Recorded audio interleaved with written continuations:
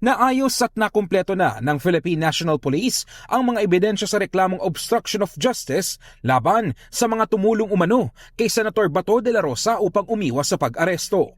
Kinumpirma kasi ng Department of Justice na natanggap na nila ang formal na reklamo noong August 11 matapos silang ibalik ang unang inihain ng PNP dahil kinakailangan pa umano ng mas matibay na dokumento.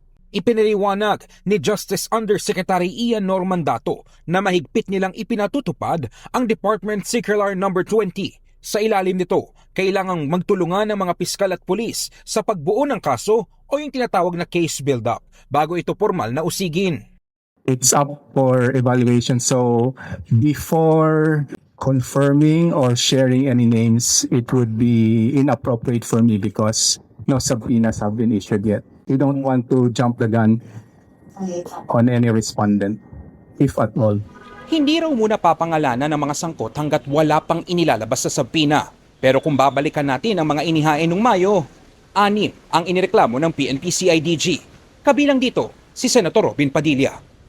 Ayon kay Yusek Dato, mahalagang hindi pangunahan ng proseso dahil kasalukuyan na itong sinusuri kung may sapat na basihan ng reklamo para maisailalim sa preliminary investigation.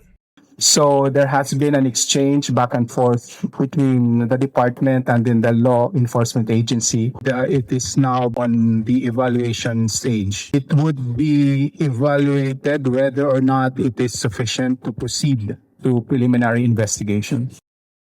Sa oras na umusad ang reklamo sa preliminary investigation, indikasyon anya ito na may nakitang sapat na batayan upang ipagpatuloy ang kaso sa mas formal na proseso ng investigasyon.